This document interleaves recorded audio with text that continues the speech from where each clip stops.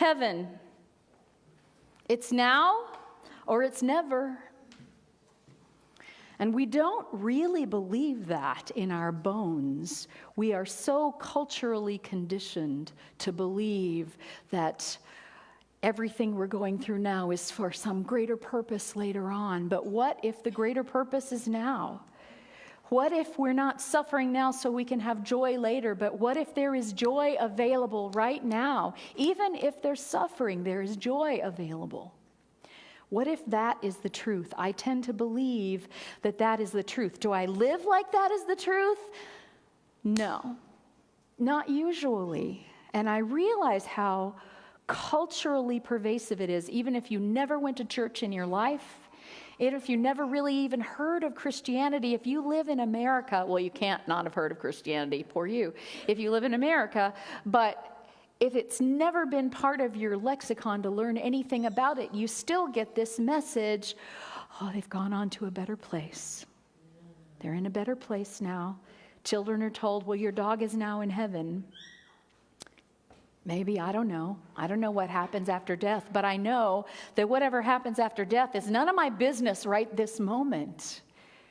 Living my life right now is what is my business, literally in this moment.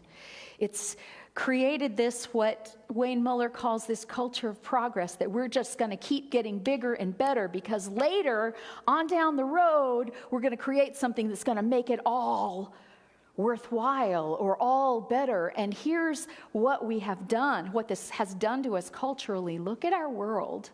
We keep thinking that more technology, more work, more faster, more better, more is going to create this time when it's going to be enough. But that is the fallacy. There is no enough in a culture of more. It just doesn't exist. Because when we're in the more, if we're looking at what the next more is, we are not feeling replete with the enough that is right now, with the joy that is right now. So even more culturally than religiously, here are the three things about heaven that we have swallowed, which is that it's out there or it's up there. It's some place that is not here. And that it is later. It definitely is not now. You have to wait for it. And the reason you have to wait for it, number 3, is you haven't earned it yet. Think about how culturally pervasive that is. Okay, let's just talk about Melinda. Think of how pervasive it is just in me that I feel like I still, after years of therapy and spirituality and meditation and reading and understanding and preaching to you, I still have this voice that says, not yet. You haven't quite done enough. You haven't quite earned it. You could do more. You could do more. It's so pervasive, this idea that, well, I'm not praying right. I'm not meditating enough. Think about that. I don't want to go to God right now because I've been sort of unfaithful to actually going to God. So now that I'm in the bad stuff, I need to handle that. And then when I'm in a better frame of mind, then I'll say, okay, I don't know. We have these weird, they're not even fully formed thoughts, but just this idea that somehow we're going to get better and then that's going to make things better and then we can have everything that we want. And I would say, no, we can't have everything our ego wants. And it's our ego that set up this game in the first place too often. But we can have everything our spirit longs for. I believe this. I believe this. I wouldn't be here if I didn't believe this. We can have everything our spirit longs for. We can have the prayer underneath the prayer. So let's look at those 3 things one at a time. Not here, out there, somewhere out there. In the Bible, it's up there. A place where we can't reach. If it was out there, you could walk to it, but it's up there. You know, you can get in a spaceship. Can you go high enough to reach heaven? You can't. So, or there's also this idea, it's back there. It was in the Garden of Eden and then we messed up. And that's why we don't have it anymore. It's up there or it's back there. It's someplace that we have to find again, or it's someplace that we left that we can never return to. So we're just wandering, trying to find the next promised land. This idea is what feeds Make America Great Again. This idea that at some point there was this idyllic land where everything just went great, and if we could only do it right, we could find our way back there. And of course, we know that's based upon how it did feel great to certain people of privilege. But even to those people, I'm telling you, they weren't doing that well. They were living with hearts closed off. They were living with a tiny sliver of humanity as their companions, rather than the whole beautiful, colorful, splendid mess of humanity being open to them and to us. And that's what we're trying to do right now. I think we're trying to find a way to get us out of these little boxes, but our first thing that we do in progress is to keep building a different box or a bigger box. First of all, it was you're either male or you're female.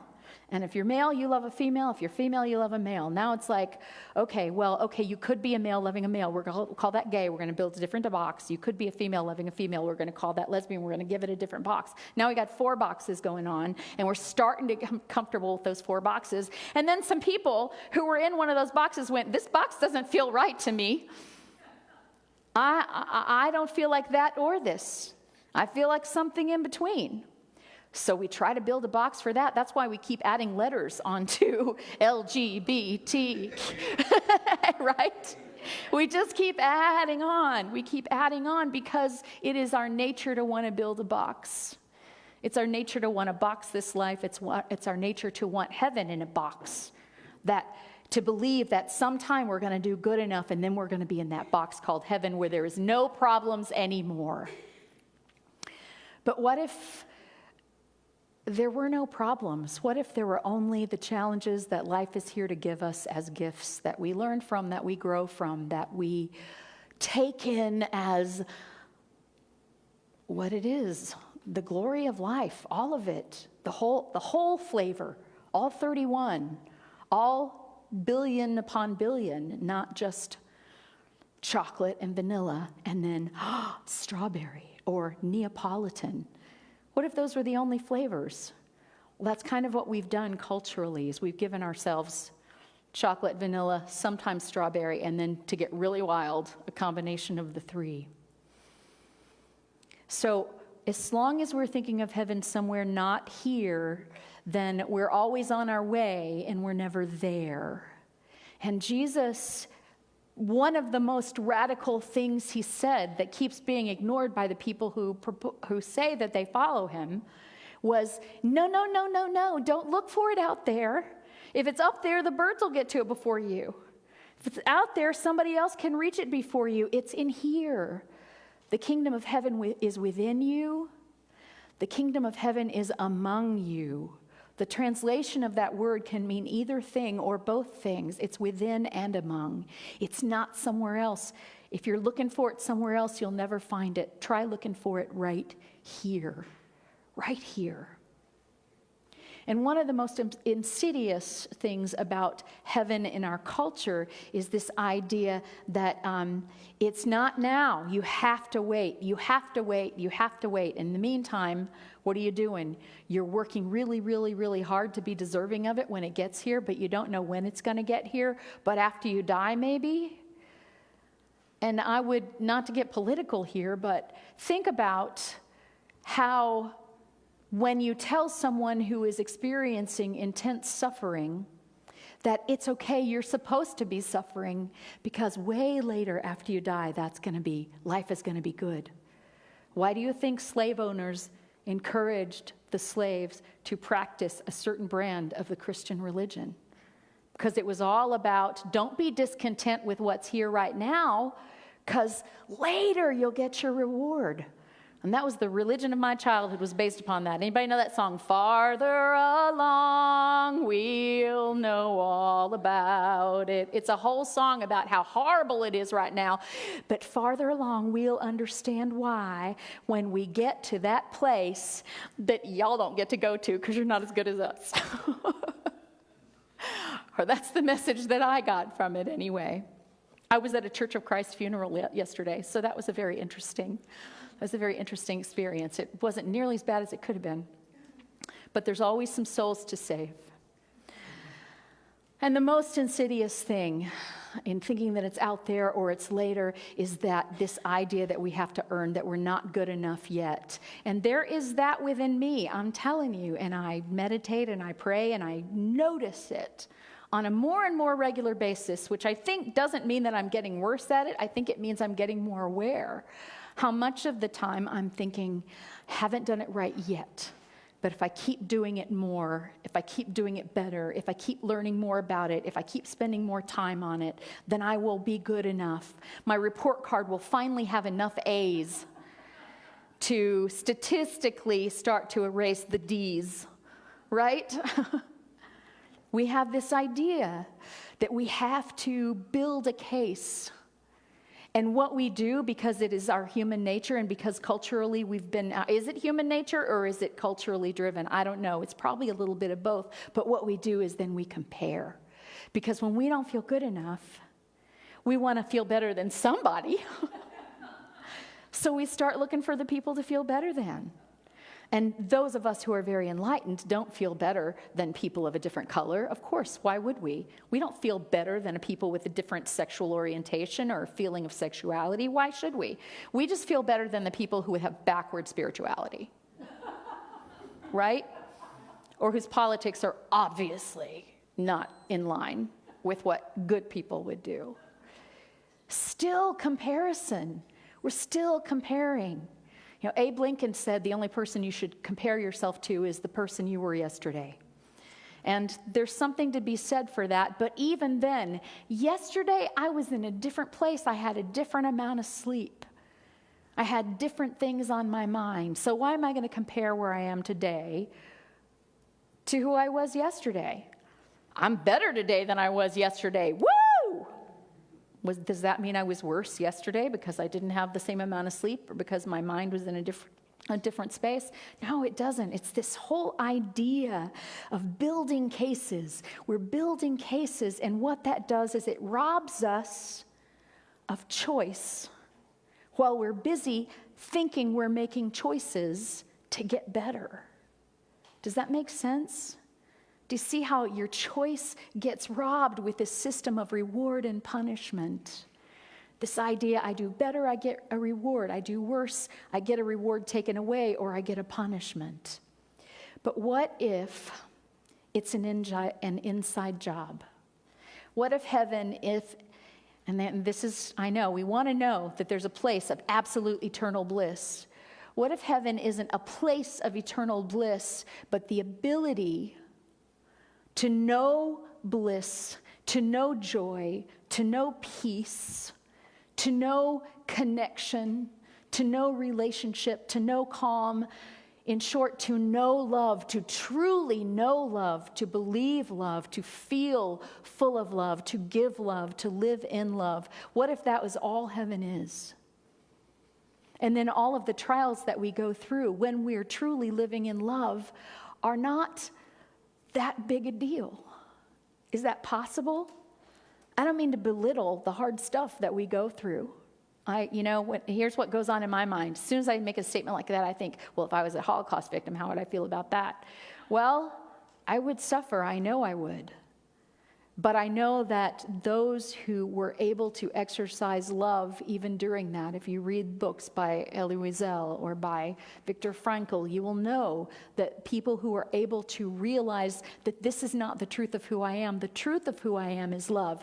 And not put all their hopes on it's going to get better tomorrow, because they had no idea that it would get better tomorrow. Actually, every indication was that it would be worse tomorrow.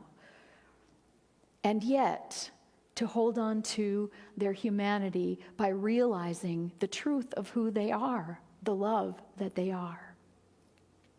What if heaven is just being real? What if it's all a big story about Pinocchio, which is not to do it all right, but to be there, to not be somewhere else while we're going through today, to not be on the other side of, oh, let me just make it through this weekend. Let me just make it through the night. Let me just get all this work done, and then I can rest. All of those things of putting off our good until later. It has been a lifelong habit for me to make a list of the chores that I want done and to do the ones that I hate first. And day after day after day, I can spend the whole day doing stuff I hate and never even get around to the stuff that I like. Have you ever done that? Maybe you're not as neurotic as I am. But I've done that, this neurosis, this time wasted in trying to prove that we're worth something. And we're doing it not just, we do it to ourselves, but we're also trying to gain approval from other people. We're kind of waiting for somebody outside us to say, it's okay, you've arrived. You've done enough. Think for a minute about when you tell yourself, okay, that's enough. Versus when someone else says, honey, you have worked so hard. Sit down. You've done enough. Oh my gosh, you're so good. Which one makes you more willing to stop and relax? That'll tell you something about yourself. Maybe there's no difference for you. But I know that after all these years, I still do want outside approval. And as long as I'm wanting to gain outside approval, I am not living in heaven ever. Ever.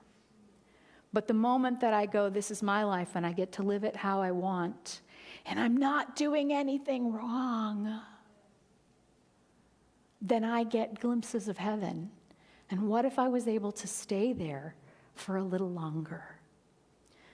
The deal is, the danger is then, if we say this is what I want, heaven right now, and we put a title on it, and we dedicate ourselves to it, then we can do one of two things. We can go into denial, right?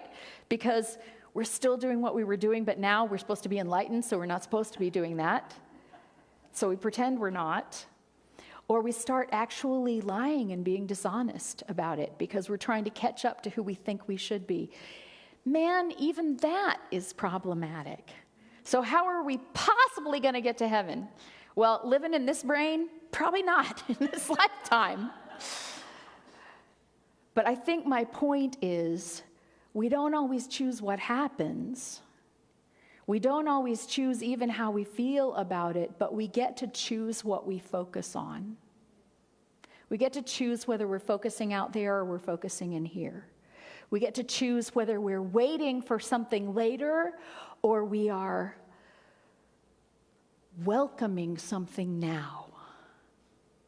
I love that word, welcoming. Just like it's already there. All we have to do is say, come on in. Come on in.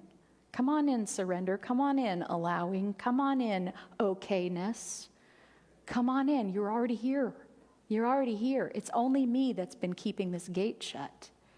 Welcoming what is here now.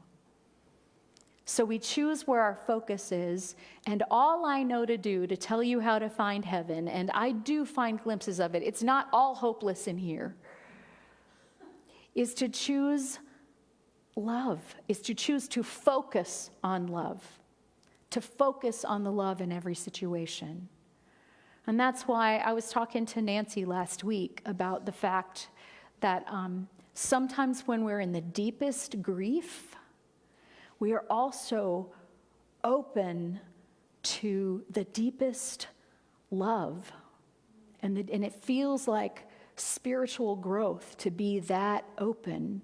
Because when we focus on the love, even if it's the love we lost, we are in that love. And when we are in that love, we recognize all the other love that there is.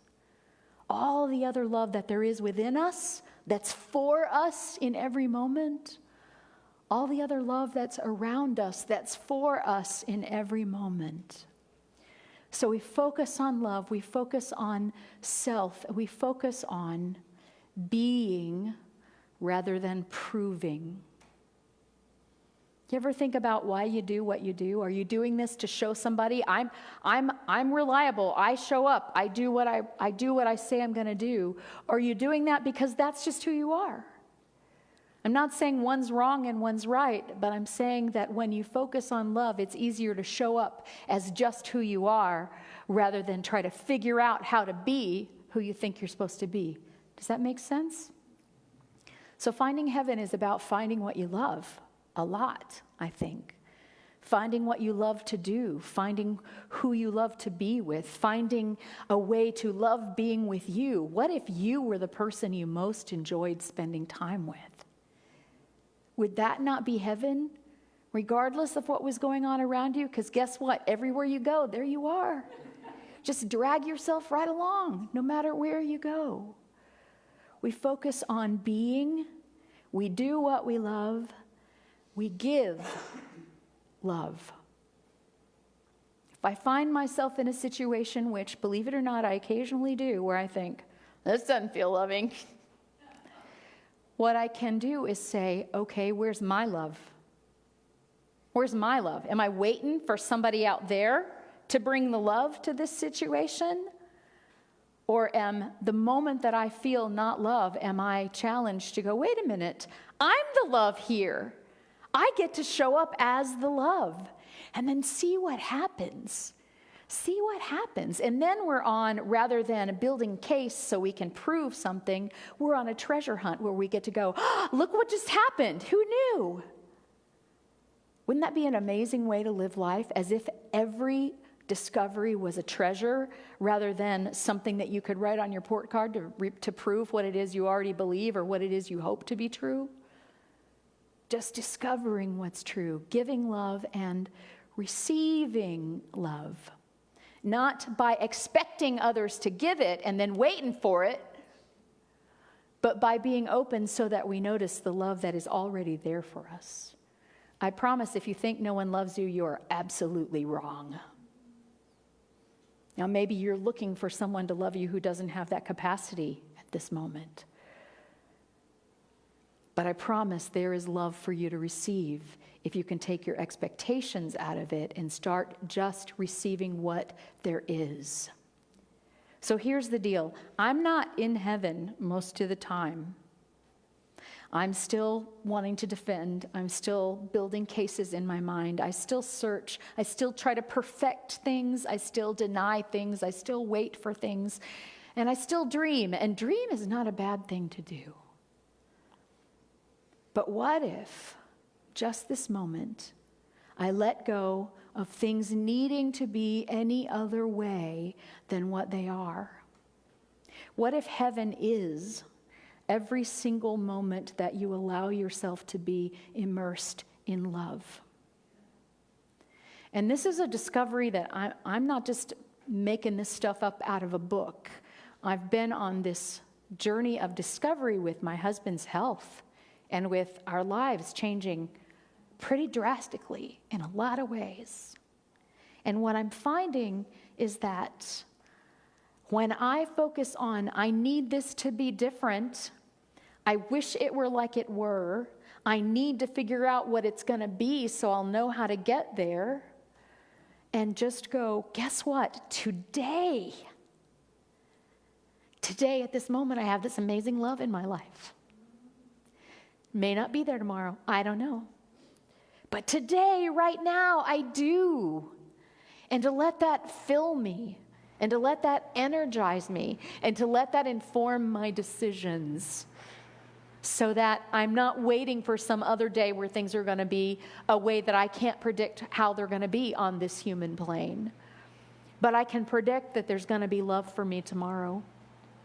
It may look different. It may come in a different guise. It may come from different relationship. But I know that I'm in love today, and I know that I'm in love tomorrow to the extent that I let myself to be. So love when? Now. Love whom? Well, look around. Whoever's standing in front of you. Whoever's in the room with you. That's who you love. Love how? This is really cool. Look to your gifts. You may not love in exactly the same way that someone else loves. You have your own individual gifts, which are how you love. Love in that way. Don't compare your love to how someone else loves. Love with your own gift. What is your gift? Love your gift and then use your gift to love. And love what? Well, you'll know. You'll know when you pay attention to who's before you and where you are and what your gift is. You will absolutely know what is yours to love. And in those moments, in every moment that we can do that, then we have a moment of heaven. Thank you.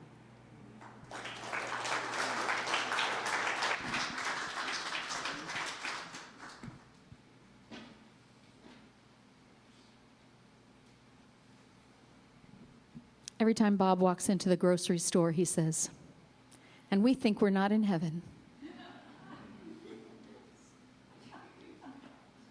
Think about it, the choices that we have. And every part of our life is a big grocery store. It's an H-E-B with limitless choices. So let's just breathe into that for a moment. Let's just meditate on gratitude.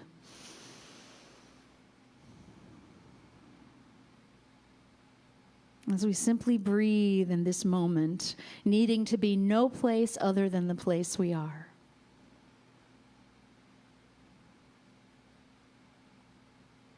Needing to do nothing other than what we're doing, which is simply to sit here, be here. Be as fully and truly us as we can possibly be. Breathe into that. And as you breathe into that, I invite you to let every expectation melt away, every stress, every idea of perfection, every plan of what to do next. See if it doesn't melt away if you just say, right here, right now, I get to rest in the love that is already here, that is already me, that is already mine.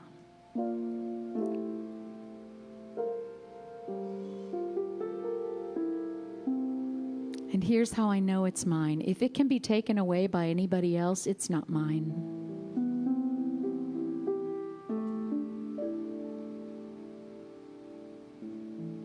But knowing the love that I am cannot be taken away.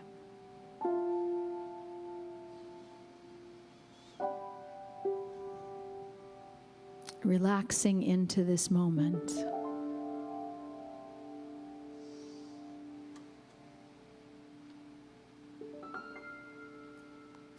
We drop all the guises and disguises and masks.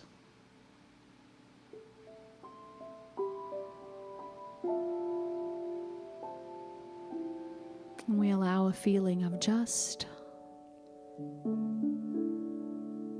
being 100% okay. Not perfect or right, because perfect or right doesn't actually exist, just being.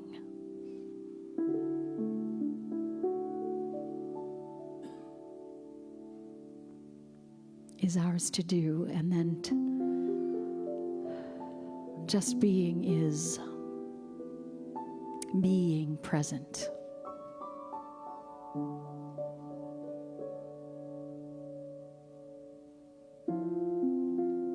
And as thoughts come up, which they will, which they do, thoughts that challenge the okayness of simply being, we don't have to fight them, we don't have to deny them, we don't have to defend against them.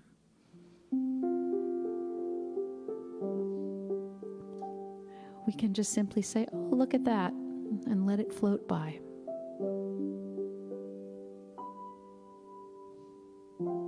We see the thought, but it is not who we are.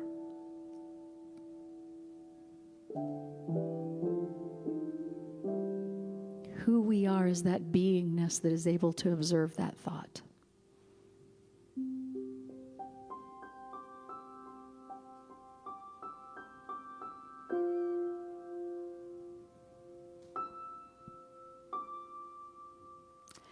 And in that beingness, we are wanting nothing.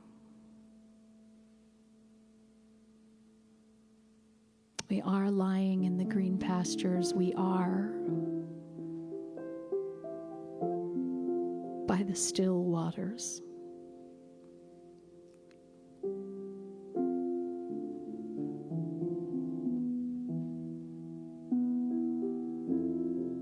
And simply by taking a moment at any given time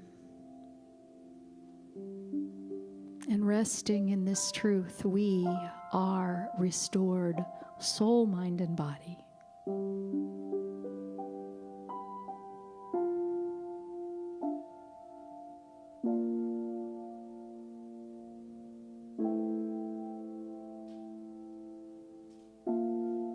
And in that quiet, in that peace,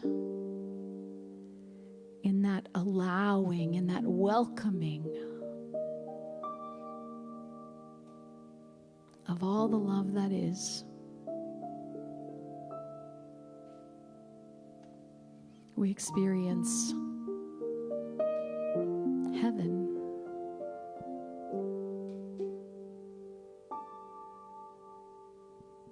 And in that famous prayer from the Sermon on the Mount, on earth as it is in heaven, what that means is when you find this moment of heaven, you can bring it to earth.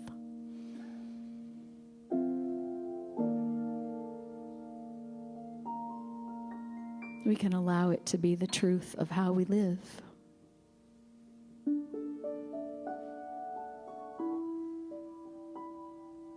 The truth of how we walk, the truth of how we relate. And when we walk with that truth, when we spend moments in this place of knowing no want, no need,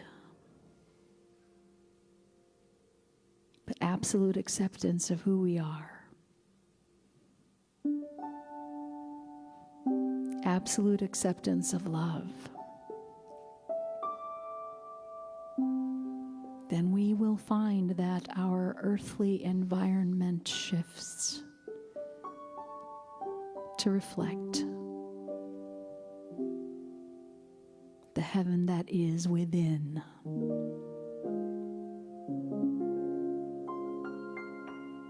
Not some other time, but now. Not some other place, but here. Nothing needed, nothing missing, nothing to be earned. Only love to be welcome and enjoyed and received and given out again.